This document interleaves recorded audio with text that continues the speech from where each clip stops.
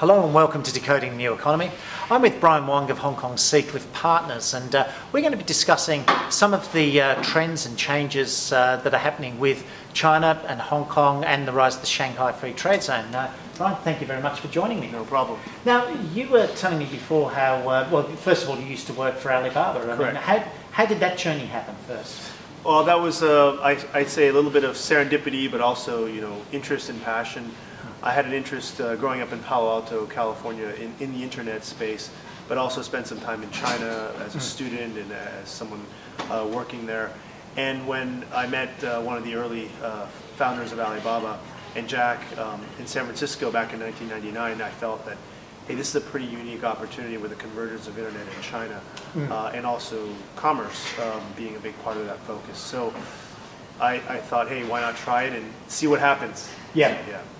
And so, what happened?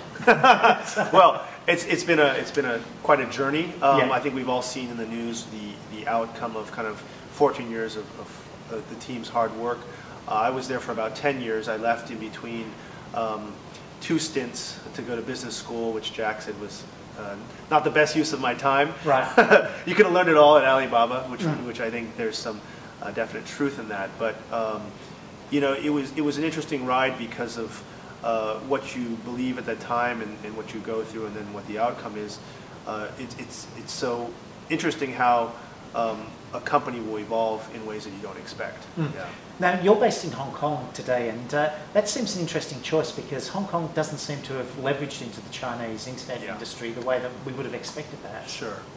So you're right. Hong Kong, I think, is the perfect bridge between East and West, and it's always played that role and continues to play that role. But I think Hong Kong has also been in search since the changeover in 1997 as to where it really wants to focus itself.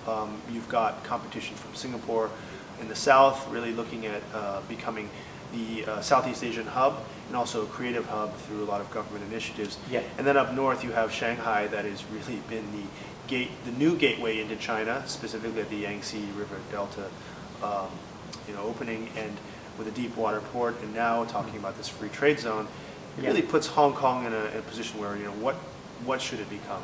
Yeah. Now, you raised the creative industry side with Singapore, and that's an interesting angle too, because various provincial governments in China are putting a lot into developing their creative industries. Are you seeing much of an effect with that with Hong Kong?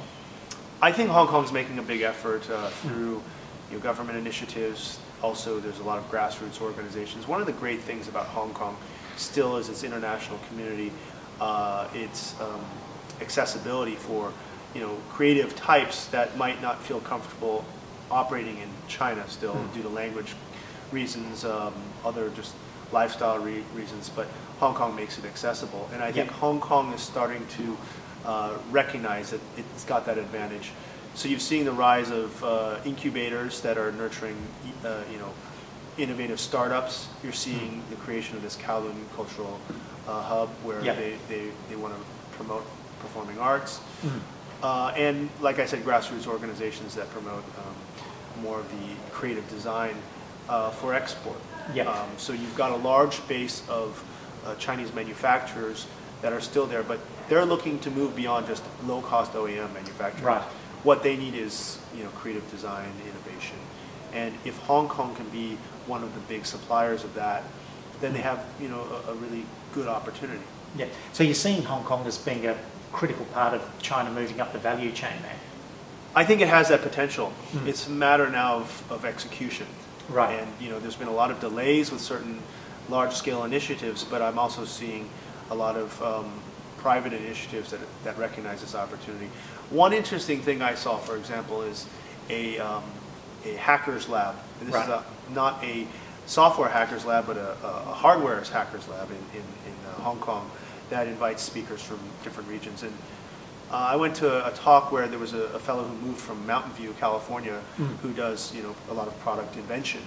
He's actually set up a lab here in Hong Kong, or there in Hong Kong, to do product innovation, because although he recognizes China has low-cost manufacturing, he wants to be close to the manufacturing base. But he doesn't want to live in Shenzhen or in China.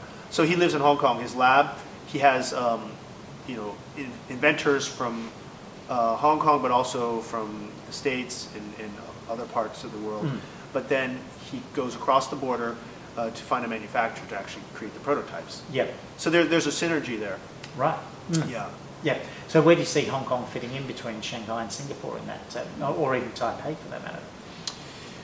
Yeah, so I think that Hong Kong, obviously everyone talks about rule of law, capital markets. That's going to be there, for the foreseeable future. I don't see Shanghai usurping that role. Right. I think what they need to do is make it more, entrepreneurial friendly.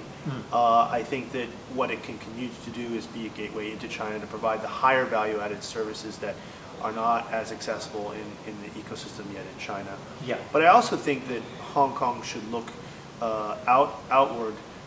In addition to China, it can be the bridge of the sort of the global Chinese sort of community. So a lot of influential business people are of Chinese descent in Southeast Asia, and if Hong Kong can position itself as China outbound to the region,